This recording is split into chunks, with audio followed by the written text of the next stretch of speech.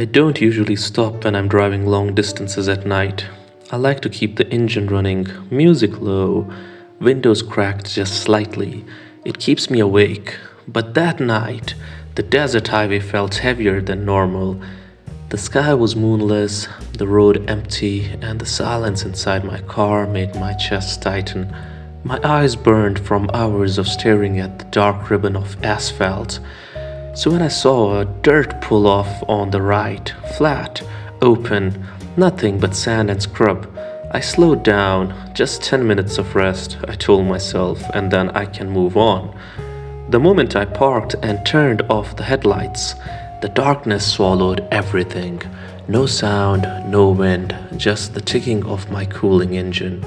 I leaned my seat back and closed my eyes. Maybe 2 minutes passed. Then I heard it. Crunch, crunch, crunch. Footsteps, slow, steady, walking across the gravel toward my car. My brain snapped awake instantly. I sat up, listening hard. There was no reason anyone should be out here.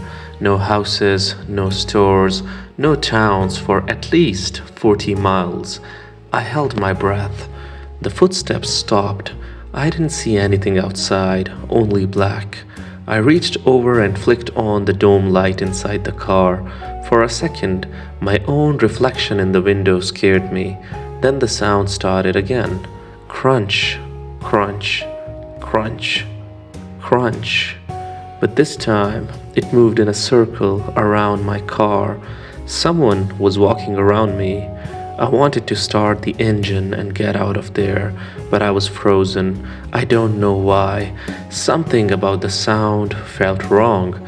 Not like a person, it didn't match the natural rhythm of footsteps. Each step sounded slightly different. Heavy, then light, then dragging, then almost hopping. Finally, I grabbed my phone and turned the flashlight on. The white beam cut through the window and lit up the ground beside the car. My stomach tightened. There were footprints in the dirt, but they didn't match each other. Some looked like bare human feet, some like boots, some like animal paws, some small, some large, and they were all in the same trail, one after another. Like the same thing kept changing its shape as it walked. I told myself I was imagining it, sleep deprived, seeing patterns in dust. The footsteps stopped again. Silence. Was this a skinwalker? I asked myself. Anyways, I slowly shifted into the driver's seat and reached for the ignition. Before I could turn the key, something scraped the back of my car. I jumped. My breath caught in my throat. Then, very slowly, something pressed against the rear bumper. The car rocked just slightly, not hard, just enough for me to feel that something heavy was leaning on it. I didn't want to see, but I forced myself to lift my eyes to the rear view mirror. And that's when I saw movement. Not a figure, not a face, just a shape, low to the ground, like someone crouching. The outline was all wrong, too long, too uneven, like several different shapes overlapping each other. My body went cold and numb. I didn't think. I just turned the key and slammed my foot on the gas. The tires skidded, splitting dirt, and the car shot forward.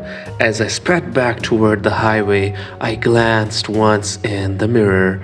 The shape had stood up, and it was tall, taller than a human.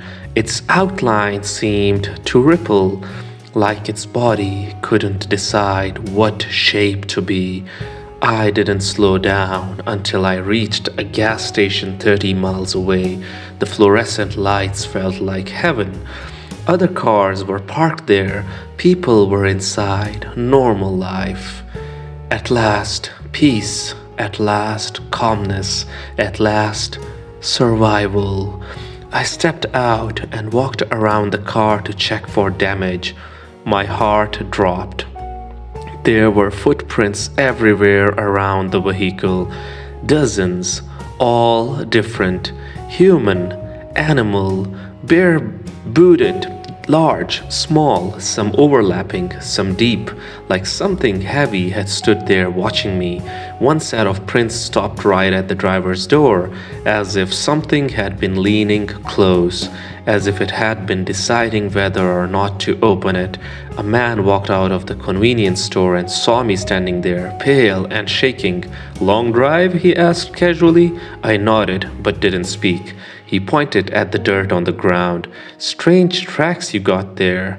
I didn't answer. I just got back in my car and left. That night, it still sits in my head. Sometimes when I close my eyes, I hear those footsteps circling my car. Sometimes in the quiet, I remember that shape rising in the mirror. This was a survival. I barely survived. And sometimes when I'm driving at night and stop for gas, I swear I see new footprints behind my car, even when I haven't stepped out.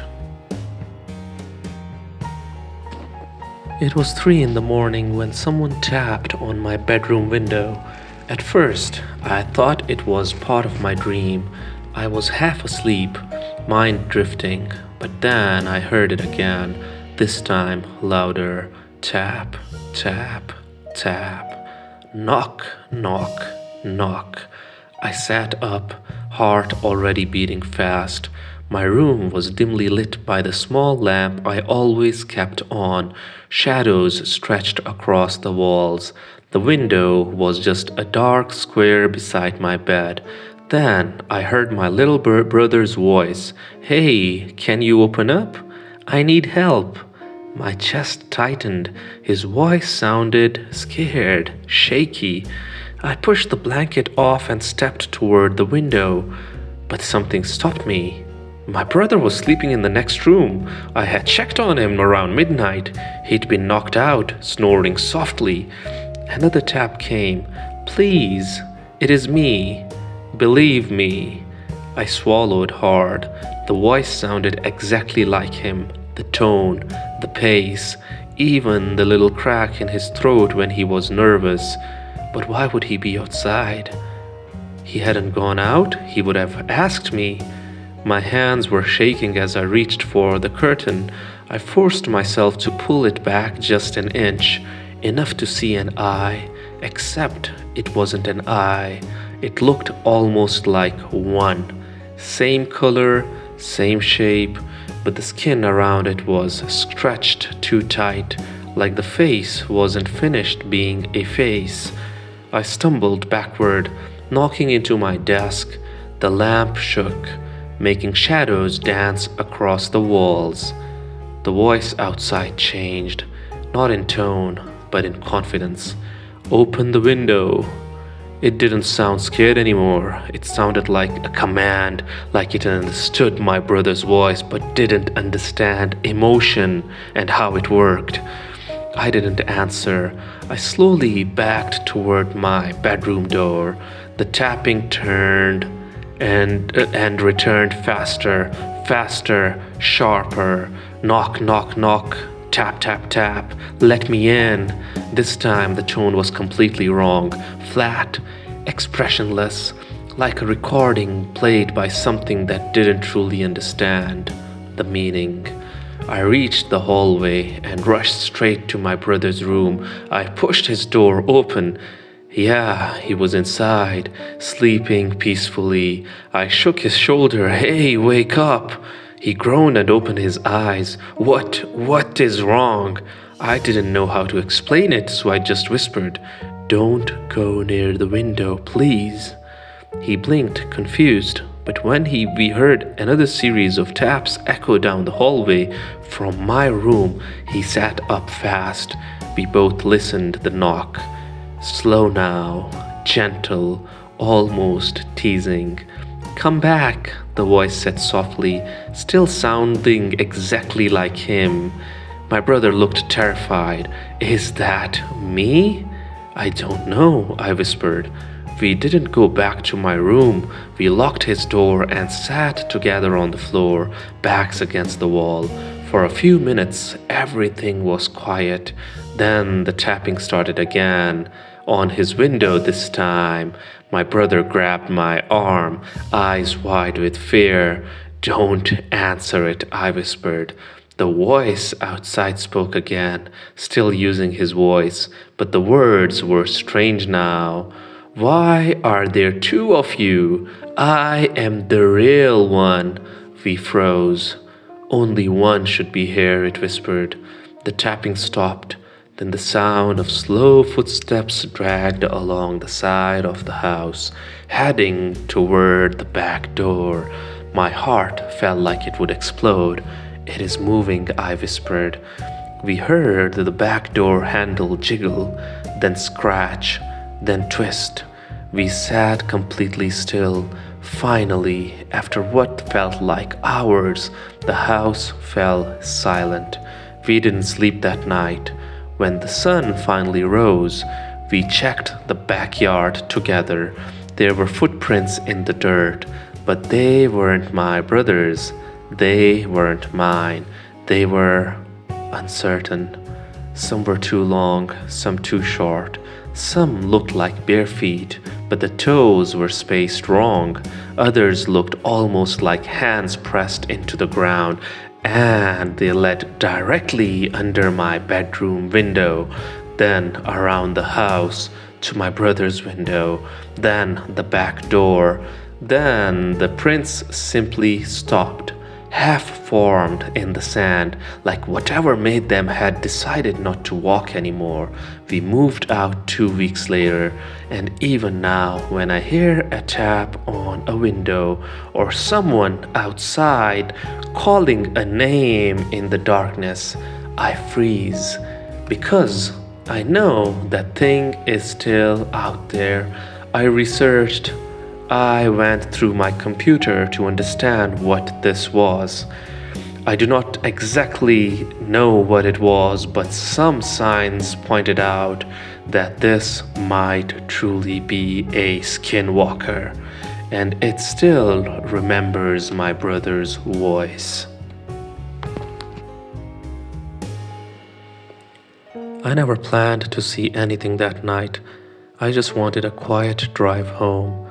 I had taken the long road through the valley, wide open fields on both sides, huge dark cliffs far in the distance, and a sky so black it felt endless. It was one of those nights where even headlights seemed small and useless. But I liked the silence, the stillness, or I used to. About 40 minutes into my drive, my gas light blinked on. I groaned. The nearest station was at least 20 miles away, but I wasn't worried. I'd made that distance on low fuel before. What worried me was the cold. The temperature dropped so fast my breath fogged the windshield. My heater stopped working, my radio cut out, and then my engine started to sputter. "No, no, no, don't do this," I whispered, tapping the dashboard like it would help. But the car rolled to a stop on an empty stretch of road with no lights, no houses, nothing but open land on both sides. I sat there for a moment, staring forward. My headlights lit up a small patch of dirt and grass ahead. Then the engine died completely. The silence that followed didn't feel natural. It felt heavy. I stepped out to check under the hood, cursing myself for not filling up earlier. The night air hit me like ice. It wasn't just cold, it felt wrong. Wrong place, wrong time, like the air itself didn't want to be breathed. As I stood there, the fields around me were so quiet I could hear my own heartbeat. No insects, no wind, not even the distant hum of cars. Just nothing, nothingness. I lifted the hood and leaned over the engine, pretending like I knew what I was doing. That's when I heard it. Footsteps, slow ones, dragging slightly, coming from the field to my left. I straightened up so fast I banged my head on the hood. I hissed in pain and spun toward the sound. My headlights lit up a slice of the field, but there was nothing there. Still, the footsteps didn't stop. They were getting closer. Crunch, crunch, crunch. The steps sounded uneven, like whoever or whatever was walking had limbs that didn't belong together. I stepped back toward my car door, hand shaking, ready to jump inside. Then I saw something at the edge of the headlights. A shape, tall, thin, wrong. It stood halfway between the darkness and the light. Its body was human-like, but stretched too long in some places and too short in others, like it had guessed what a person should look like and only got halfway there. Its head tilted slowly as if studying me. I froze. My brain screamed at me to get in the car, but my legs refused to move. The thing took one step forward, and as it entered the light, I finally saw it clearly. It wasn't wearing clothes. Its skin looked like it had been shaped recently, smooth in some places, wrinkled in others, like clay that hadn't fully settled.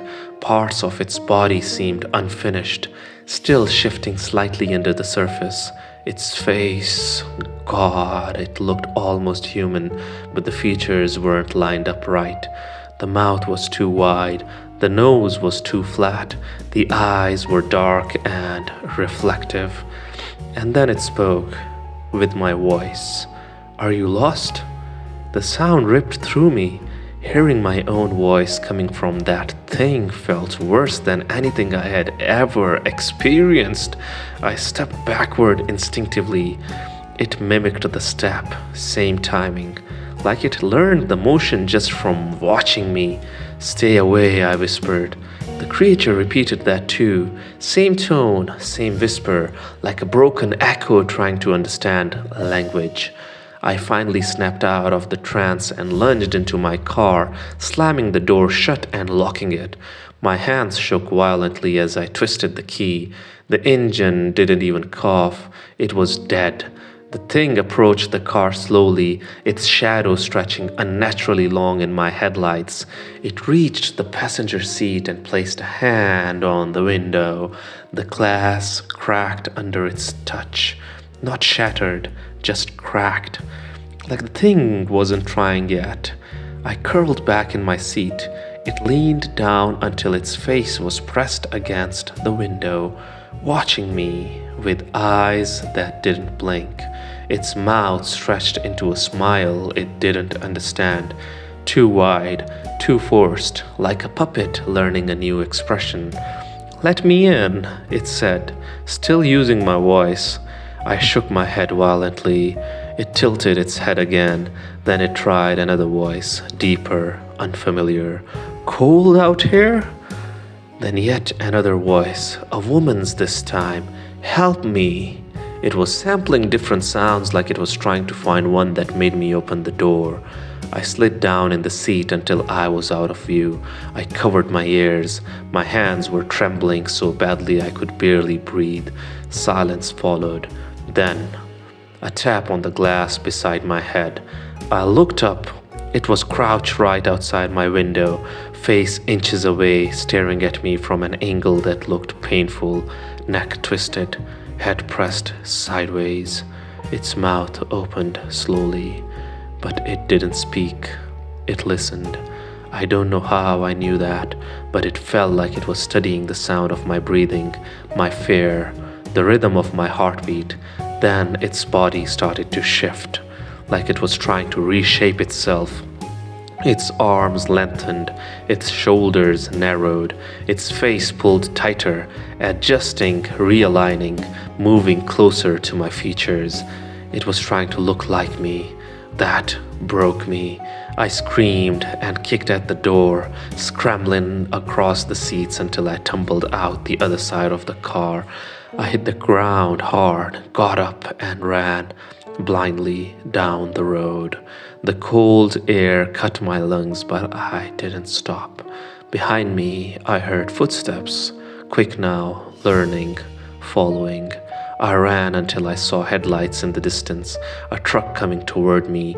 I waved my arms frantically, screaming for help.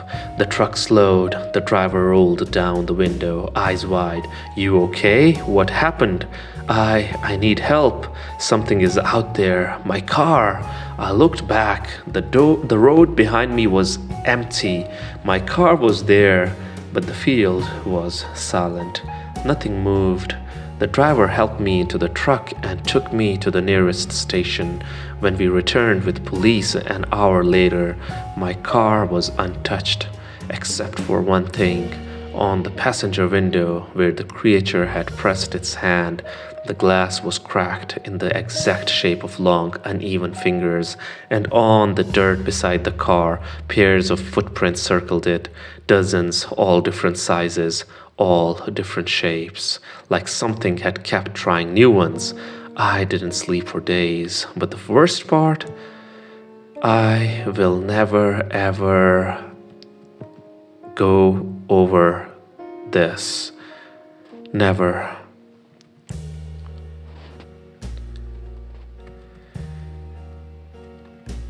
Sometimes, late at night when I'm brushing my teeth or passing a dark window, I hear my own voice behind me, soft, gentle, asking, "Are you lost?